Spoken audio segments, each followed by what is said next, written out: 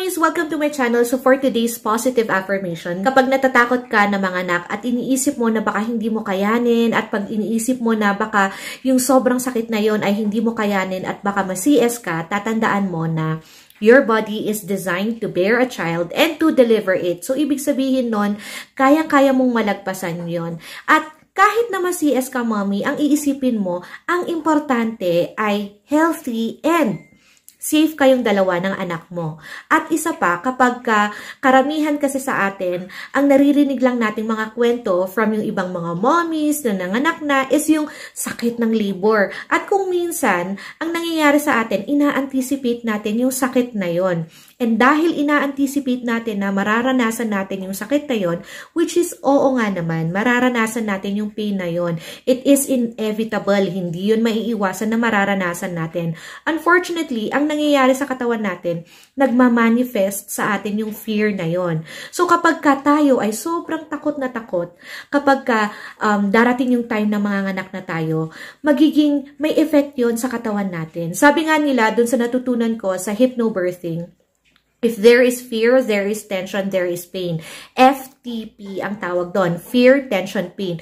And then, magiging cycle lang yon. So, if there is fear, magkakaroon ng tension sa katawan mo, mararamdaman mo yung pain. And then, magiging cycle pa, ulit-ulit lang yon. So, ang goal natin is hindi natin dapat i-manifest or i-anticipate yung pain na yon. Dapat ang i-manifest natin sa katawan natin is yung positivity by being calm. So, that is the other way around naman ang mararamdaman natin. So, if we are calm, matutulungan natin yung katawan natin na makapag-produce ng mga necessary na hormones na kakailanganin natin kapag manganganak na tayo. Naalala ko ako noon, nung bago ako manganak, marami ako, syempre, bilang first time mama ko, madami akong gustong kakwentuhan ng mga mommies. Nagtatanong ako kung anong ganito, anong gagawin. Pero alam nyo, isang common talaga sa lahat ng mga narinig kong kwento, sobrang sakit daw manganak. Pero alam nyo, ang kagandahan kasi sa akin is, na I came across hypnobirthing. Yun yung sinishare ko dyan sa channel ko. Yung mga natutunan ko sa hypnobirthing. How you can help yourself while you are in labor. Paano mo matutulungan yung sarili mo na malagpasan every contraction na nag-i-intensify habang nagle-labor ka, habang papalapit na yung panganganak mo. Sa hypnobirthing, yung mga bagay na yun, yun yung tinuturo nila. At nang dahil doon, kontra ko lahat ng takot ko nung mga panahon na naipon ko yung mga kwento ng ibang mommy sa akin. So I think sa ngayon, habang may oras ka pa, i-manifest mo yung positivity. Ang hanapin mo ng mga videos ay yung mga positive videos na magiging makakatulong sa'yo na maging positibo from now until the day na manganganak ka.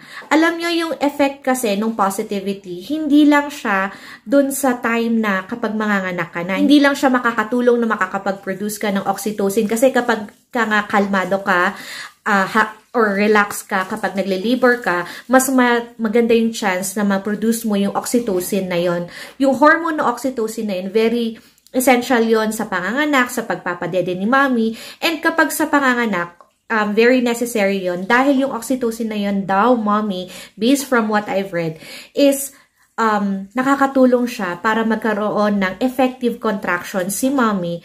If may effective contraction si mommy, mas magiging mabilis yung panganganak niya. So, bukod dun sa mga positive effects nun sa panganganak natin, yung positivity na yon, marami rin siyang maitutulong sa time na magpapadede na tayo. Alam nyo, yung pag-breastfeed, it can be frustrating. So, kailangan natin na napakaraming patience at napakaraming pagiging kalmado dahil yung kalmadong state of mind ng isang mommy, makakatulong din yon para makapag-produce siya ng milk niya. So, ang galing, 'di ba?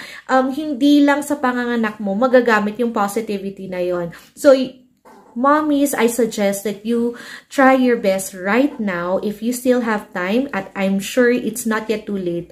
Hanapin nyo yung hypnobirthing. Diyan sa videos ko, marami akong share dyan. Click nyo lang yung name ko and then yung videos, scroll nyo lang. Marami akong mga topics about dun sa mga natutunan ko sa hypnobirthing. Pwede rin naman na Mag-search kayo dyan sa YouTube. Marami din na gumagawa ng videos tungkol doon.